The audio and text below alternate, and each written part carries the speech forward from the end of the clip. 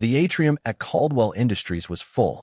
400 people, open bar, a string quartet near the staircase, playing something no one was listening to. Todd Halstead stood at the center of a half-circle of executives, drink in hand, his voice pitched the way it always was when he wanted people to hear. "And there he is," Todd said, tilting his glass toward the back wall. "Our facilities guy. Came in his work boots and everything." Laughter rippled through the circle. Heads turned. Liam Garner stood near the far column, alone, holding a glass of water he hadn't touched. Then, footsteps on marble. Steady. Unhurried. Morgan Caldwell crossed the floor. Past the executives. Past the regional directors. Past Todd and his circle. She stopped beside Liam. Her hand settled on his arm. "He's with me." The room went quiet. 400 people, and not one of them made a sound. Todd's smile stayed in place, but his eyes moved, just once, to her badge. It didn't say consultant anymore. This story started 3 weeks before that night, when a woman wearing the wrong name badge walked into a building she already owned. "Stay? This one's worth it." 3 weeks earlier, on a Monday morning in early September, Liam Garner pulled into the drop-off lane at Emerson Elementary and waited while his daughter gathered her things from the back seat. Lucy was 9. She moved at her own pace, which meant slowly, and she always checked twice to make sure the paperback she was reading hadn't slipped between the seats. "Got everything?" Liam said. She held up the book without looking at him. Then she leaned forward, let him kiss the top of her head, and climbed out. He watched her walk through the front doors, paperback already open before she reached the hallway. She didn't turn around. She never did. It was just Lucy. She carried her certainties quietly, the same way he did. Liam drove east toward downtown Denver. The city was sharp in early autumn, blue sky, the Front Range cutting a clean edge behind the skyline. Same route every morning. Colfax to Broadway, Broadway to 17th, into the parking structure beneath the Caldwell Industries building. He badged in at the security desk on the ground floor. The guard nodded without looking up. The badge read Liam Garner, Facilities. It had said that for 3 years. His workspace was in the basement. Not an office, a metal desk pushed against the wall next to the boiler room door. No window. The overhead fluorescent had a flicker he'd stopped noticing 2 years ago. For years before that desk, he'd had a corner office on the 14th floor with a mountain view and a nameplate that read Lead Structural Engineer. The biggest project had been the Larimer Street retrofit, a $38 million structural overhaul of a 1920s commercial block in lower downtown. Liam had designed the load system, led a 14-person team, and delivered 6 months early with 0 incidents. The city had issued a commendation. Caldwell Industries had framed it and hung it in the lobby, 12 floors above where Liam now sat. His name was still on that letter. Nobody walking past it knew the man it belonged to was in the basement. His wife, Ellen, had died in March of 2021. A Tuesday. He'd been at his desk on 14 when the call came. He remembered standing up and not knowing where to walk. He remembered Donna Reeves, the office coordinator, 22 years at the company, guiding him to the elevator without a word. He took bereavement leave. For weeks. While he was gone, a lateral transfer was processed, title changed, floor access revoked, project files archived. When he came back, Human Resources handed him a new badge and said the transfer had been authorized by the VP of Operations. Standard reallocation, they said. The VP of Operations was Todd Halstead, 49, 11 years at Caldwell. He controlled budgets, vendor contracts, and building maintenance across the Denver office, and he treated most of his 600 employees the way a person treats hallway furniture. Liam, he treated slightly worse.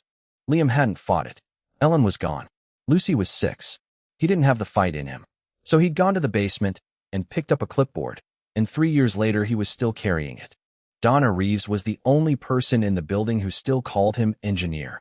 She was 60, had been the office coordinator for 22 years, and she remembered everything.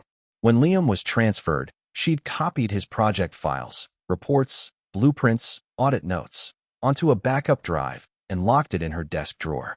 She never told him. She just did it.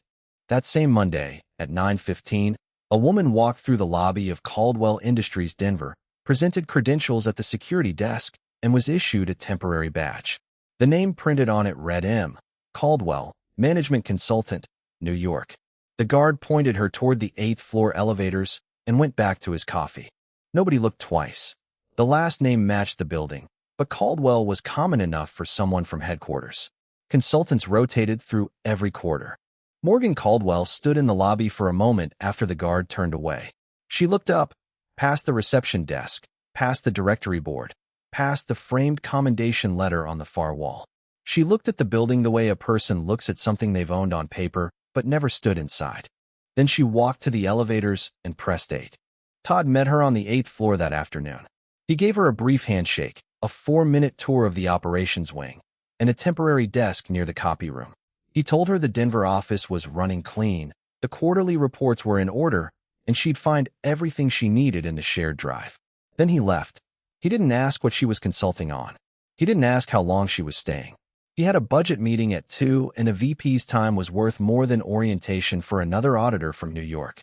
On Wednesday of that first week, day 3, Morgan was walking through the lobby when she noticed something at the base of the central load-bearing column. A hairline fracture, thin as a pencil line, running diagonally across the concrete just above the foundation cap, barely visible unless you were standing at the right angle in the right light. She crouched, looked at it for a long time, then reported it to the facilities desk. Liam arrived within the hour. He carried his clipboard. He set it on the floor, crouched beside the column, and ran his thumb along the fracture line. Slow, precise, the way a person touches something they understand at the structural level.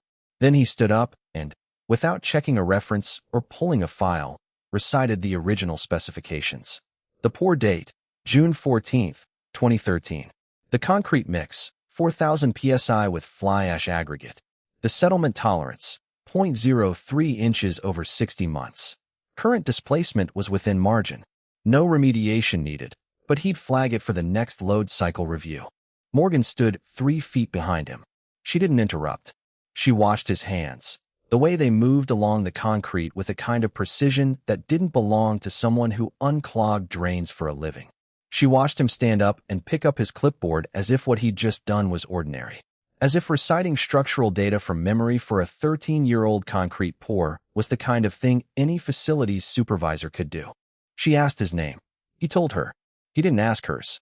That evening, Morgan sat in her room at the Crawford Hotel in lower downtown. She opened her laptop, logged into the Caldwell Industries personnel management system, not with the consultant credentials she'd been issued, but with a different set, the kind that didn't appear on any temporary access list, and typed Liam Garner into the search field. The file was long. Employment history, structural engineer, 2017. Senior structural engineer, 2018. Lead structural engineer, 2019. Larimer Street retrofit, project lead. City commendation, August 20th, 2019. Performance reviews, exceeds expectations for consecutive years. Then a line break and a different entry. Lateral transfer, April 12th, 2021. Authorized by T. Halstead. New classification, facilities maintenance, level 2. Morgan read the date twice. April 12th, 2021. She opened a second window and searched internal records for the date. A bereavement notice had been filed 3 weeks earlier. Ellen Garner, spouse, deceased March 22, 2021. 3 weeks after his wife's funeral. While he was still on leave, Todd Halstead had signed the transfer paperwork and moved the best structural engineer in the building to the basement. Morgan closed the laptop. She sat at the desk with her hands flat on the surface and the city lights of Denver pressing against the window behind her. She sat that way for a long time. Then she opened the laptop again and started reading the file from the top. What she found in that personnel file was only the beginning. The fracture in the column had taken Liam 20 minutes to assess. The fracture in his record would take much longer, and it ran deeper than a title change. Over the next several days, Morgan began routing her building questions through Liam instead of Todd's maintenance team. The shift wasn't dramatic. She'd stop by the facilities desk with a question: the HVAC load distribution on the 12th floor, the fire suppression layout in the east wing, the rated capacity of the freight elevator bank, the electrical pathway beneath the parking structure. Technical questions. Engineering questions. The kind a management consultant might ask during an infrastructure review, if that consultant knew exactly what to look for. Liam answered every one of them from memory. The HVAC load on 12 ran at 68% nominal, With a seasonal spike to 81 in July, he'd calibrated the damper sequence himself in 2018. The fire suppression in the East Wing used a cascade isolation system he'd designed, staged to compartmentalize 2 floors at a time to prevent pressure loss. The freight elevators were rated for 6,000 pounds, but the cable inspection in 2020 had flagged a 3% tension variance in Car 2. The electrical pathway ran under Bay 4, not Bay 6, because of a municipal sewer reroute in 2015 that nobody else in the building remembered. He delivered all of this without inflection. No pride, no bitterness, just clean, precise answers, the way a man talks about something he built and still carries inside him whether anyone asks or not. Morgan noticed something else. He never asked why a management consultant was asking structural engineering questions. She could see him register it. A brief pause, a half-second glance at her badge before each answer, but he didn't press. He let the gap exist without filling it. Todd, meanwhile, noticed Morgan spending time near the basement level. He mentioned it at a Tuesday operations meeting. The consultant from New York, slumming it with the maintenance crew, something culture fit assessment. He got laughs from the directors who'd learned to laugh at Todd's observations. Donna Reeves heard about the remark by noon. That afternoon, she found Liam in the East Wing mechanical room replacing a ventilation sensor. That woman from New York, Donna said from the doorway. Liam didn't look up. What about her? She asked about this building the way you used to. Liam tightened the sensor housing a quarter turn. Donna waited. He didn't answer. She stood there for another 5 seconds, then walked back to her desk. That Thursday, Todd called a facilities coordination meeting on the 4th floor. 9 people in the room. Liam was one of them. Todd stood at the head of the conference table with a printed assignment sheet and read off the logistics for the annual company gala, scheduled for Friday of the following week. The assignments were specific: catering liaison, venue layout, audio-visual staging, guest parking and valet coordination, coat check staffing. Todd handed each one to a team member without discussion. When he reached the bottom of the list, he looked up. Garner, he said. Tables, chairs, centerpieces. And I want the parking garage swept by Thursday night. No oil stains, no debris. Executives don't need to see what happens down there. He set the sheet on the table. This is more your speed anyway. No one in the room spoke. 2 people looked away. Liam took the sheet, folded it once, and put it in his back pocket without reading it. His face didn't change. Morgan was in the corridor outside the conference room. The door had been propped open, building code, fire egress, a regulation Liam himself had flagged for years ago, and Todd's voice carried clean through the gap. She heard the assignment. She heard the line about speed. She heard the silence that followed. She didn't stop walking, but her stride changed, shorter, slower, and when she reached the elevator, she didn't press 8. She pressed the button for the lobby, walked out of the building, crossed the street to a bench on the 16th Street Mall, and sat there for 11 minutes. Then she went back inside, took the elevator to 8, sat down at her temporary desk, and opened the Caldwell Industries vendor management portal. She wasn't looking at structural reports anymore. She was looking at money. She pulled the complete vendor contract list for the Denver office, every agreement awarded by the operations department over the previous 5 years. Most were standard: janitorial services, elevator maintenance, landscaping, HVAC servicing, IT infrastructure support. Competitive bids documented. Deliverables tracked. Invoices reconciled. Clean. Then she found Ridgeline LLC. 14 contracts since 2020. No competitive bids on any of them. No project deliverables filed. No completion reports. No performance reviews. The services listed were vague: structural consulting, site assessment, facility evaluation, and the amounts were round numbers, the kind of figures that get typed, not calculated. The registered agent was listed as a P.O. box in Aurora, Colorado. All 14 contracts bore the same authorization signature: T. Halstead, VP Operations. Morgan ran Ridgeline's incorporation records in a second window. The company had been registered on June 15, 2020, 2 months after Todd Halstead's promotion to VP. She pulled the payment ledger. Over the next 3 days, working from her hotel room after hours, Morgan traced every dollar that had moved through Ridgeline LLC's account. The numbers were clean, deliberately clean. Round figures, consistent intervals, professional formatting. The kind of invoices that look routine to an accounts payable clerk processing 100 vendor payments a month. Nobody would flag them unless they knew to look. Ridgeline LLC had received a total of $2.3 million across those 14 contracts. The invoices listed services as structural consulting and facility evaluation, work that described, almost exactly, the job Liam Garner had been doing in-house, on salary, before his transfer. Todd had replaced a salaried engineer with a phantom company charging 3 times the rate for work that was never performed.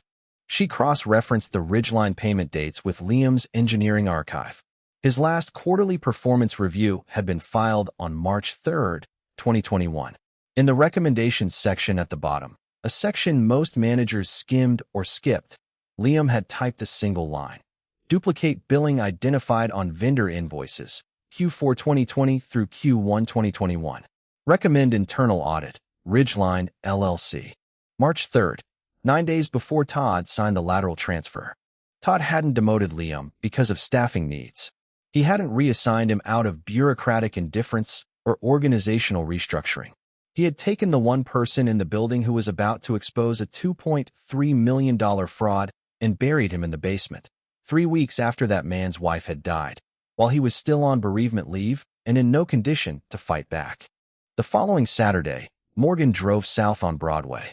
She'd been walking the neighborhood for an hour, learning the parts of Denver that didn't show up on balance sheets. The coffee shops near Wash Park. The taco stands on Buyout. The used bookstore at the corner of Broadway and Ellsworth. She walked into the bookstore without a plan. It was small, warm, overstocked, shelves jammed floor to ceiling, spines faded and cracked, a hand-lettered sign near the register that said if we don't have it, you don't need it. The air smelled like old paper and floor wax. The children's section was in the back, 2 short shelves and a reading rug between them. Liam was standing there. He held a paperback open at chest height, reading aloud. Something about a girl and a lighthouse keeper, and his voice was low and unhurried, the voice of someone who wasn't performing. Lucy sat cross-legged on the rug with her hands in her lap, her head tilted, completely still. Morgan stopped at the end of the aisle. She watched for a moment, the quiet between them, the way neither of them needed to fill it, and then she turned to leave. "Hey," Liam said. She turned back. "I didn't mean to interrupt." "You're not." They talked for a few minutes. Nothing about the building. Nothing about work. Lucy showed Morgan the book she'd picked out, a different one from the one Liam had been reading. She held it up without explanation, just offering the fact of it the way she always did. Around her neck, on a thin silver chain, was a small locket. The engraving on the front was a single letter. E. Morgan noticed it. She didn't ask. She said goodbye, walked to her car in the lot behind the bookstore, sat behind the wheel, and looked through the windshield at nothing in particular. She didn't start the engine for a long time. Then she opened her laptop on the passenger seat, pulled up the archive project folder she'd bookmarked 2 days before, and started reading. What she found in that folder, buried under 3 years of silence and one man's grief, changed everything. On Monday of the 3rd week, Morgan walked into Donna Reeves's office at 8:15 in the morning and closed the door behind her. "I need access to the archived engineering project files," she said. "Personnel correspondence, audit reports, anything stored off the main server. It's part of the operational review." Donna looked at her for a long time. Not suspicious, not hostile, just careful, the way a person looks at someone when they're deciding whether to hand over something they've been protecting. Then she opened her bottom desk drawer and took out a small external hard drive, matte black, unlabeled, the size of a deck of playing cards. She set it on the desk between them. "I saved this when Liam was transferred," Donna said. "All of his project files, engineering reports, audit notes, correspondence, everything that was on his office drive the day they moved him. I copied it the morning his desk was cleared." She paused. "I didn't know if anyone would ever ask for it, but I wasn't going to let it disappear." Morgan picked up the drive. "Thank you, Donna." "Don't thank me. Just read it." Morgan spent the next 7 hours in her temporary office on the 8th floor with the door closed and a Do Not Disturb sign borrowed from the supply closet. She plugged in the drive and opened the root directory. It contained everything. Liam's complete audit trail from 2020 through 2021.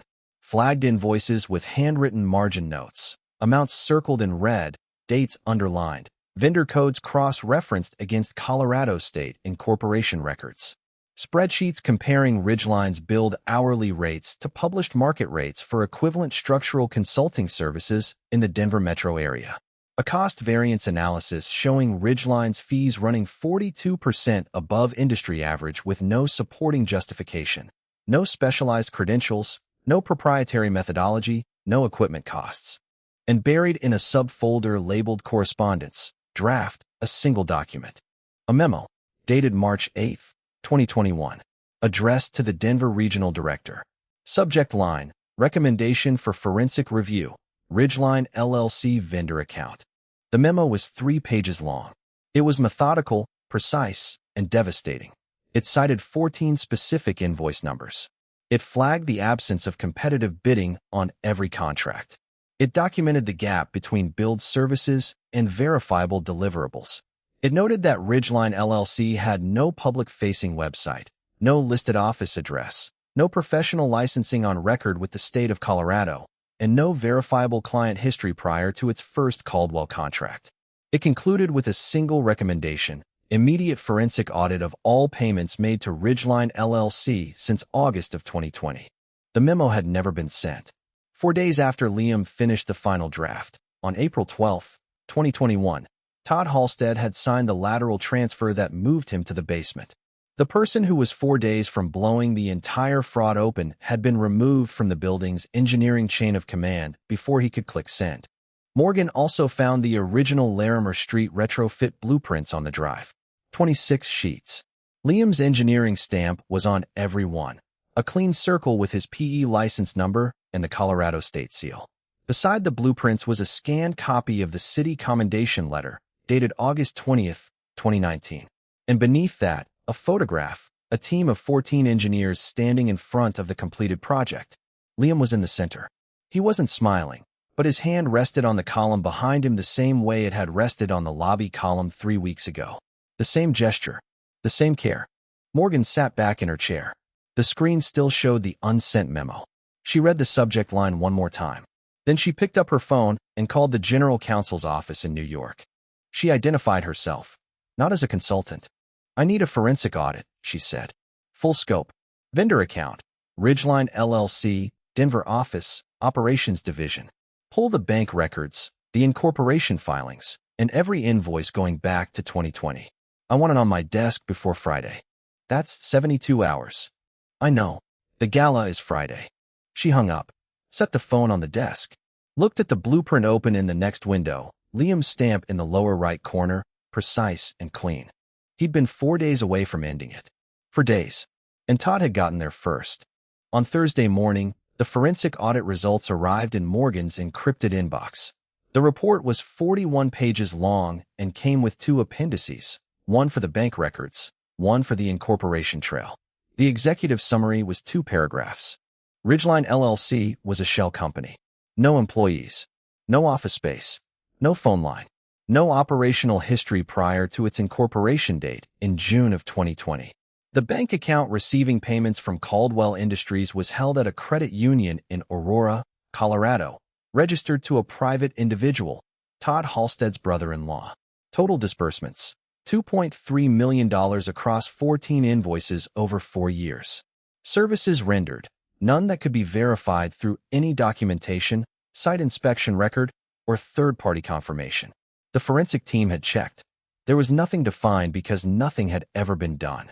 Morgan read the report twice. She forwarded it to the General Counsel with one line: "Hold for my instruction. Do not contact Denver operations." She didn't confront Todd. She didn't call a meeting. She didn't alter her walk pattern, her schedule, or her tone. She moved through the 8th floor that Thursday morning the same way she had for 19 days, clipboard in hand, asking routine questions, reviewing quarterly data that no longer mattered. Todd passed her near the break room at 10. He nodded. She nodded back.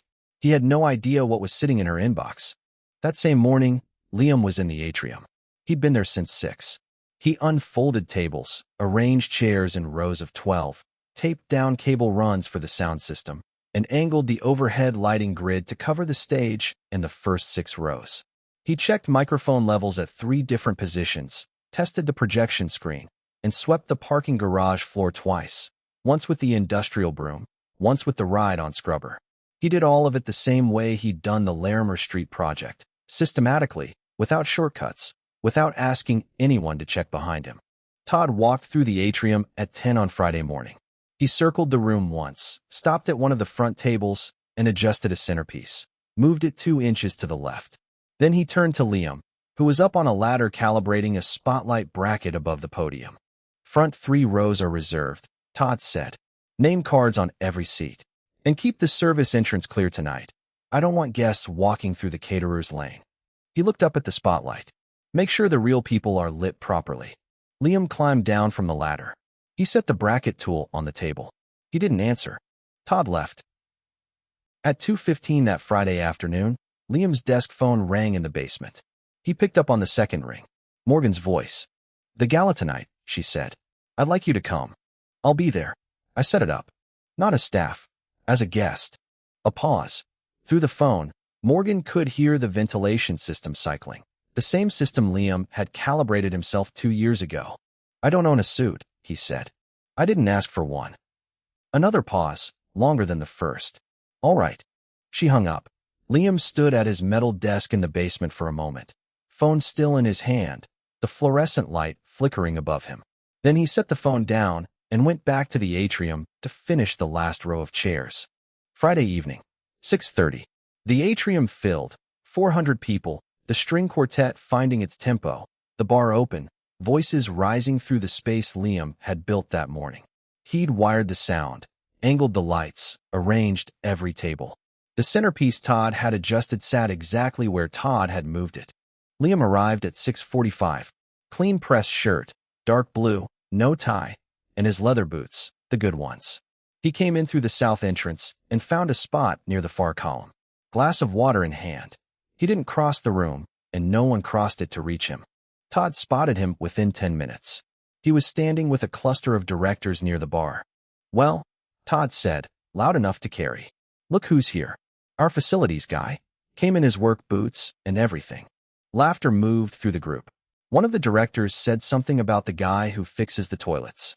Todd didn't correct him. Liam stood by the column. His face showed nothing. His knuckles went white around the glass. Then the main entrance opened. A woman walked through, from the front of the building, flanked by 2 people carrying leather folios. A voice near the podium. "Ladies and gentlemen, Morgan Caldwell, Chief Executive Officer, Caldwell Industries." 400 heads turned. The string quartet stopped. Todd's glass froze halfway to his mouth. Morgan crossed the floor without stopping. Past the bar. Past the directors. Past Todd. She stopped beside Liam. Her hand settled on his arm. "He's with me." Silence. 400 people holding their breath at the same time. Morgan turned to the room. "I've spent 3 weeks in this building, walking every floor, talking to your people." She paused. "The Larimer Street retrofit. $38 million. 6 months ahead of schedule. 0 incidents. Who in this room knows who designed it?" Nobody spoke. "His name is Liam Garner. He was your lead structural engineer for 4 years. He designed the system that keeps this building standing. And for the past 3 years, he's been in your basement, because someone in this room decided that was more convenient." She let that settle. "Then, this week, I received the results of a forensic audit on a vendor called Ridgeline LLC. 14 contracts. $2.3 million. No competitive bids. No deliverables. The receiving account traces to a family member of your VP of operations." She looked at Todd. The room looked with her. The half circle that had surrounded him 10 minutes ago had opened, visible space between him and everyone else. Todd opened his mouth. Morgan didn't wait. "Legal has your file, Todd. HR will contact you Monday."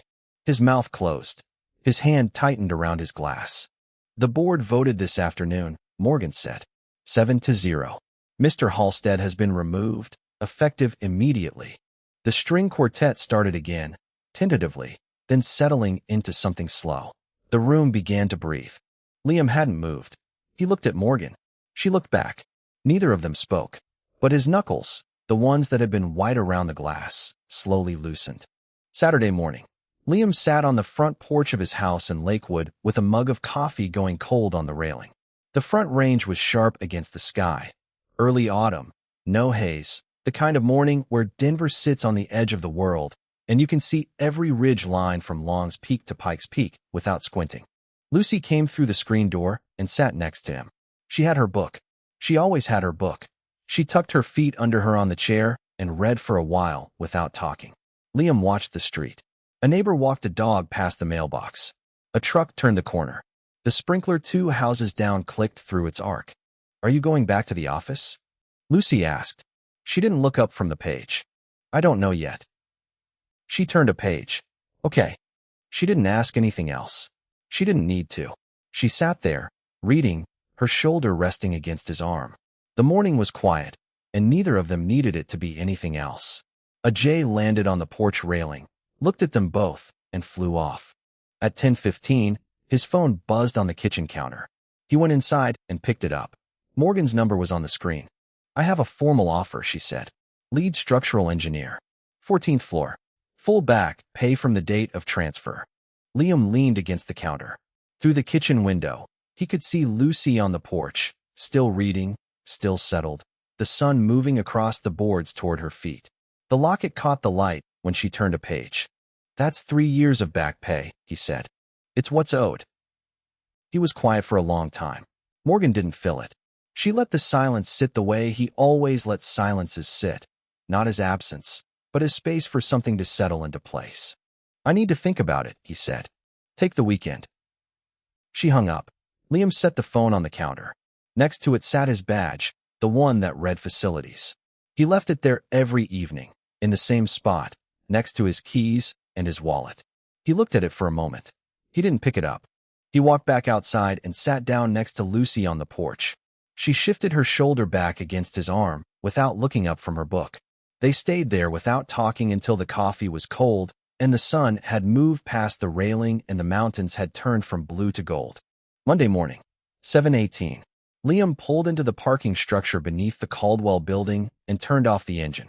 He sat in the truck for a full minute, both hands on the wheel, looking through the windshield at the concrete wall in front of him. Then he took his keys, left the facilities badge at home on the kitchen counter, and walked into the building. Donna was at her desk in the lobby-level admin office. She saw him come through the glass doors. She didn't say anything, didn't stand up, didn't wave, didn't call out. She just looked at him, and then she nodded. One nod. Slow. The kind of nod a person gives when something they've been waiting for finally arrives, and they don't want to scare it away with words. Liam nodded back. Then he walked to the elevators and pressed 14. The doors opened onto a floor he hadn't seen in 3 years. The carpet was the same industrial gray. The light from the west-facing windows fell at the same angle. The mountains, Long's Peak, the Indian Peaks, the whole jagged line of the Continental Divide, filled the glass the same way they always had. Closer than they looked from the basement. Sharper. The kind of view that makes you stand still for a second before you remember where you're going. His office was at the end of the hall. The door was open. The room held a desk, a chair, and the view. Nothing else. On the desk, centered, was a new badge. Liam Garner, lead structural engineer. Clean laminate, new clip, the Caldwell Industries logo in the upper left corner. Liam picked it up and held it. Then he reached into his jacket pocket and took out the old badge, the one that said facilities. He'd brought it after all. He set them side by side on the desk and looked at them for a long moment. Same name, same building.